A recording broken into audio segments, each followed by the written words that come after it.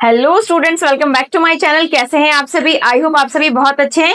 आज की ये क्लास आप लोगों के लिए काफी ज्यादा इंपॉर्टेंट जैसे बाकी क्लासेस होती हैं, क्योंकि आज की इस क्लास में हम बात करेंगे मराठा साम्राज्य यानी मराठा एम्पायर के बारे में।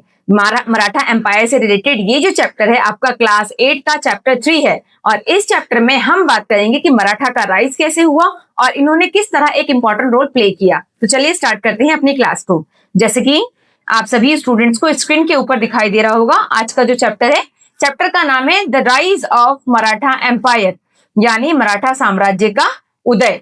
ठीक है, सबसे पहले अगर हम बात करते हैं मराठा साम्राज्य की, तो मराठा साम्राज्य को चरम सीमा पर पहुंचाने वाला, सबसे ज्यादा पावरफुल बनाने वाला अगर कोई है तो वो है शिवाजी। शिवाजी की बात करते हैं तो शिवाजी ने 17वीं सेंचुरी में यानी 17वीं शताब्दी में अपनी जो राजनीतिक या पॉलिटिकल रणनीति है उससे जो मुगल्स हैं उनको चैलेंज किया, मुगलों को चुनौती दी, साथ ही साथ मराठा साम्राज्य को काफी ज्यादा पावरफुल बनाया, काफी ज्यादा शक्तिशाली बनाया। तो इसको आप एक एक करके समझेंगे हम। ठीक है, तो चलिए आगे चलते हैं। सबसे पहले हम बात करते हैं जो आपके एनसीईआरटी की बुक में आपके बिग क्वेश्चंस दिए हुए हैं। ये जो बिग क्वेश्चंस है इसके आंसर आप तभी दे पाएंगे जब आप इस पूरे चैप्टर को अच्छे से समझेंगे। तो सबसे पहले हम चैप्टर को समझते हैं, उसके बाद हम इन क्वेश्चंस को डिस्कस करेंगे। ठीक है, सबसे पहले हमें बात करती हूँ कि मराठा कौन थे। तो मराठा की बात करते हैं या मराठा के बैकग्राउंड की बात करते हैं। Who were Maratha and early historical background. Maratha की बात करते हैं तो मराठा जो है आपका ये डेक्कन प्लेट्यू यानी दक्कन का जो पठार है, और इंपॉर्टेंट रूप से जो आपका प्रेजेंट डे जो महाराष्ट्र वाला रीजन है, महाराष्ट्र के निवासी है यानी indigenous person of Maharashtra. Maharashtra के मूल निवासी जो है उन्हें मराठा कहा जाता है, और ये जो है मुख्य रूप से मराठी भाषा या मराठी लैंग्वेज जो है ये बोलते हैं। 13वीं सेंचुरी में जो है इनसे रिलेटेड काफी ज्यादा जो लिटरेचर है उसका भी डेवलपमेंट हुआ। शिवाजी के टाइम पीरियड में यानी ऑलमोस्ट 17वीं सेंचुरी में जो मराठा साम्राज्य था अपने चरम उत्कर्ष पे पहुंचा, क्योंकि शिवाजी के टाइम पीरियड में जो मराठा साम्राज्य है ये और भी ज्यादा शक्तिशाली राजनीतिक शक्ति के रूप में यानी पावरफुल पॉलिटिकल सेंटर के रूप में जो है उभरता है। क्लियर हो गया? इसके बाद अगर हम बात करते हैं 13वीं सेंचुरी की, तो 13वीं सेंचुरी में जो महाराष्ट्र है, महाराष्ट्र में आपका जो ये वाला क्षेत्र है पूरा, ये देवगिरी, ये महाराष्ट्र का देवगिरी वाला क्षेत्र, इसके ऊपर उस टाइम पीरियड में यादव वंश का रूल था। यादव वंश 13वीं सेंचुरी में महाराष्ट्र के देवगिरी वाले क्षेत्र के ऊपर जो है रूल कर रहे थे। इसकी राजधानी थी देवगिरी, दौलताबाद, यादव वंश। लेकिन 14वीं सेंचुरी तक आते आते दिल्ली सल्तनत ने इसके ऊपर कैप्चर कर लिया और इसे अपने अधीन कर लिया। 14वीं शताब्दी में दिल्ली सल्तनत ने यादव वंश को पराजित करके और दौलताबाद के ऊपर कब्जा कर लिया। लेकिन ये कब्जा ज्यादा समय तक नहीं चलते, जो मराठा है वो इनको वीक करने की लगातार कोशिश करते हैं। इसी टाइम पीरियड में भक्ति आंदोलन का प्रभाव भी हमें देखने को मिलता है। भक्ति मूवमेंट की बात करते हैं तो भक्ति मूवमेंट का मतलब है ईश्वर को प्राप्त करने के लिए ईश्वर की आराधना करना, ईश्वर में लीन होना, समझ में आया? और ईश्वर में पूरी तरह से अपने आप को समर्पित करना, डेडिकेशन के साथ, पूरी भक्ति के साथ, भक्ति आराधना के साथ ईश्वर को याद करना, वही आपको भक्ति आंदोलन कहलाता है। इसमें जो सेंट्स थे इन्होंने कर्म कांड के जगह यानी जो हम क्या कहते हैं रिचुअल्स करते हैं, जो ट्रेडिशन को फॉलो करते हैं, उसकी जगह पे इन्होंने भक्ति के मार्ग को जो है प्रायोरिटी दी कि हम आराधना करके, अच्छे काम करके, ईश्वर को याद करके, ईश्वर के नाम का जाप करके जो है ईश्वर को प्राप्त कर सकते हैं। इसको ही भक्ति कहा जाता है। इसमें उन्होंने बहुत सारे जो भजन है, अभंगा है, भक्ति गीत यानी डिवोशनल लिटरेचर्स बुक से के माध्यम से जो है लिटरेचर के माध्यम से जो है विचारों को समाज के हर एक वर्ग तक पहुंचाया। यानी इसमें किसी भी तरह का कोई डिस्क्रिमिनेशन नहीं था कि ये इस कास्ट का है या इस रिलीजन का है तो इसको इसमें शामिल नहीं किया जाएगा। भक्ति मूवमेंट जब चलाया गया जिसमें समाज के सभी वर्गों को शामिल किया गया और इसमें मैसेज दिया गया कि ईश्वर को प्राप्त करने के लिए हमें ईश्वर में लीन होना चाहिए, उसकी डिवोशन, उसकी भक्ति करनी चाहिए, इसे ही भक्ति मूवमेंट कहा जाता है। भक्ति मूवमेंट में उस टाइम पीरियड में हम मराठा की बात कर रहे हैं, उस टाइम पीरियड में आपके जो फेमस संत थे, प्रमुख संत थे, उसमें ज्ञानेश्वर, नामदेव, तुकाराम, रामदास, ये फेमस संत थे जो जिन्होंने अपने भक्ति के मार्ग को अपना करके समाज में इक्वालिटी की बात की, समाज में जाति व्यवस्था को खत्म करने की बात की। कर्म कांड के स्थान पर इन्होंने भजन से और भजन के यूज करके ईश्वर के प्रति अपनी डिवोशन या भक्ति भावना को दिखा करके ईश्वर को कैसे प्राप्त किया जा सकता है, इसकी शिक्षा पूरे समाज में फैलाई थी। इसलिए ये जो संत थे या ये जो संत थे ये काफी ज्यादा प्रमुख माने जाते हैं उस टाइम पीरियड में महाराष्ट्र में। इसके बाद इस टाइम पीरियड में जबकि भगवत गीता है, यानी भगवत गीता का मराठी भाषा में, मराठी लैंग्वेज में ट्रांसलेशन भी किया गया। इसके साथ साथ जो आध्यात्मिक ज्ञान को सामान्य जनता तक पहुंचाने के लिए समाज में सांस्कृतिक रूप से और सामाजिक रूप से एकता लाने की बात की गई। यानी समाज में ये जो डिवोशनल चीजें हैं, फिलोसफिकल नॉलेज है, इसको फैलाना बहुत जरूरी था ताकि समाज में एक तरह से यूनिटी आए, लोग जो है मिलजुल कर रहे, क्योंकि एकता में ही बल है। जब लोग यूनिफाई होकर के रहेंगे तभी वो पावरफुल बनेंगे। तो इसमें भक्ति मूवमेंट ने भी एक इंपॉर्टेंट रोल प्ले किया था। इसके बाद आगे चलते हैं। आगे अब हम बात करेंगे कि शिवाजी का उदय कैसे हुआ। Rise of Shivaji, beginning of Swaraj. सबसे पहले अगर शिवाजी की बात करते हैं तो शिवाजी का जो जन्म है वो 1630 में हुआ था। 1630 में शिवाजी का जन्म हुआ। इनके पापा का जो नाम था, इनके पिताजी का जो नाम था वो था शाहजी भोसले, ठीक है, और इनकी माता का नाम था जीजाबाई, ठीक है।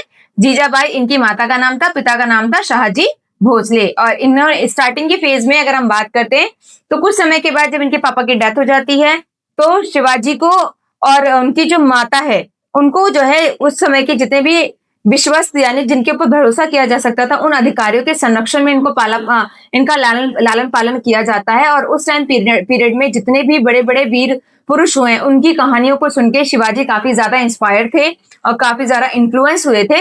और स्टार्टिंग के फेज में जो है उन कहानियों की वजह से और वो जो वीरता से रिलेटेड स्टोरीज थे उन्होंने इतना इंस्पायर किया था कि शिवाजी चाहते थे कि वो एक शक्तिशाली राजनीतिक केंद्र बनाए और अपने देश के ऊपर किसी भी विदेशी आक्रमण को ना होने दें। तो इसका काफी ज्यादा रिफ्लेक्शन हमें देखने को मिलता है। इसके बाद आगे बढ़ते हैं। इसमें 16 वर्ष की एज में यानी 16 ईयर में जो शिवाजी हैं वो क्या करते हैं, वो बहुत सारे जो आसपास के एरिया में जो दुर्ग हैं यानी जो किले हैं, फोर्ट हैं, उनके ऊपर कब्जा करते हैं। और जो पुणे में जो किला है उसको काफी ज्यादा मजबूत करने और उसको कंट्रोल करने की कोशिश करते हैं। यहीं पे जो सबसे पहले जो थॉट है, स्वराज की जो विचारधारा है, इसका राइज होता है। स्वराज का मतलब होता है सेल्फ रूल, यानी खुद से शासन करना, यानी कोई दूसरा व्यक्ति हम पे रूल नहीं करेगा।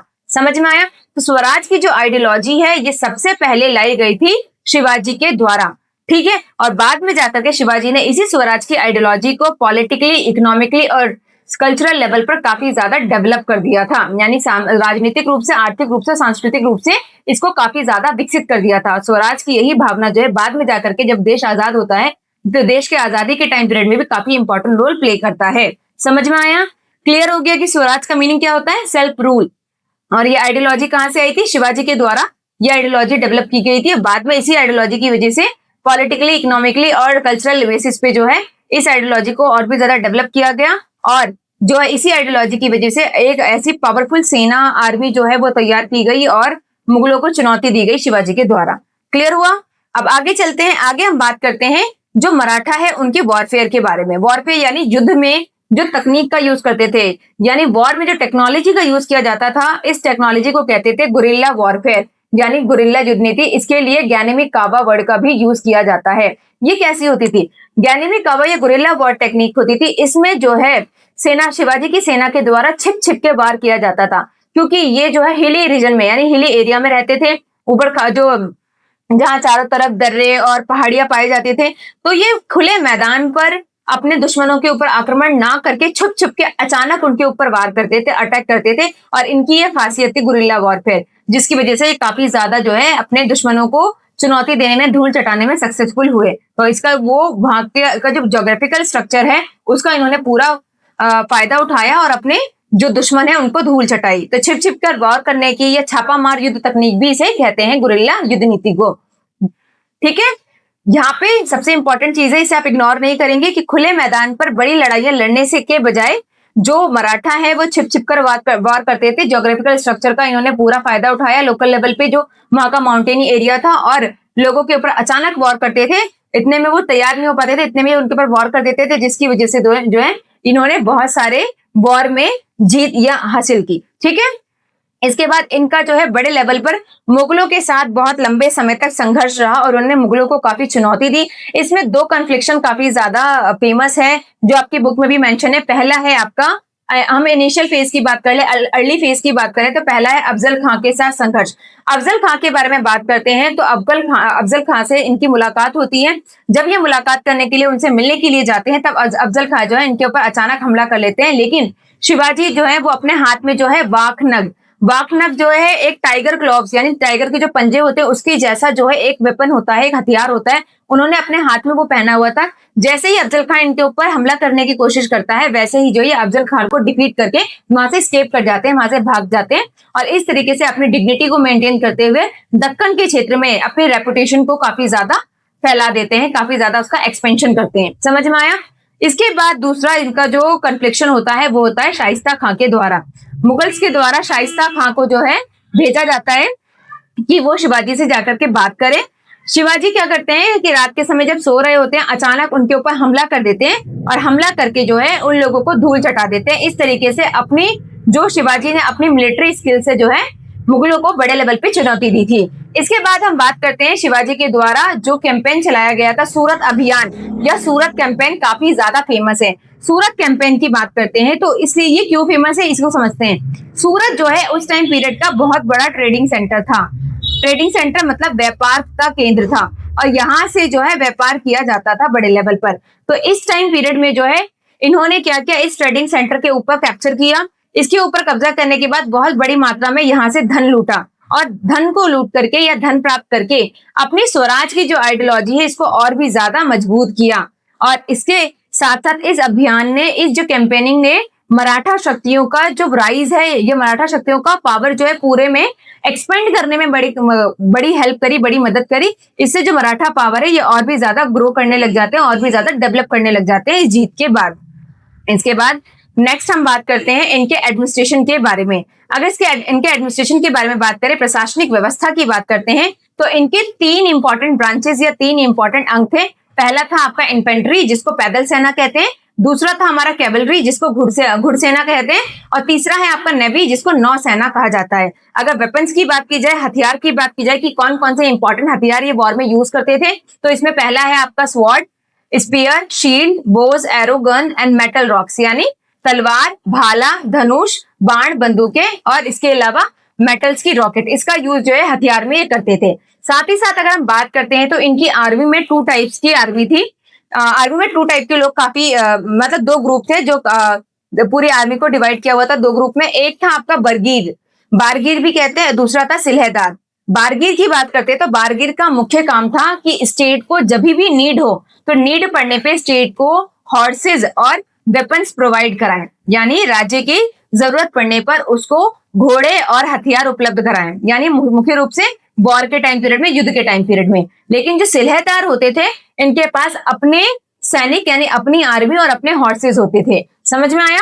तो एडमिनिस्ट्रेशन में यानी जो सेना थी या आर्मी थी उसमें 2 तरह के आपको ग्रुप देखने को मिलते हैं, पहला बारगीर, दूसरा सिलहदार। बारगीर जो स्टेट को जरूरत पड़ने पर हथियार और घोड़े प्रोवाइड कराते थे जबकि सिलहदार के पास अपने हथियार और घोड़े होते थे। इसके बाद नेक्स्ट हम बात करते हैं मराठा साम्राज्य के, मराठा एम्पायर के दुर्ग सिस्टम की या फिर फोर्ट सिस्टम के बारे में। दुर्ग व्यवस्था या फोर्ट सिस्टम के बारे में बात करें तो इनका जो फोर्ट सिस्टम था या दुर्ग व्यवस्था था ये काफी ज्यादा पावरफुल और मजबूत था।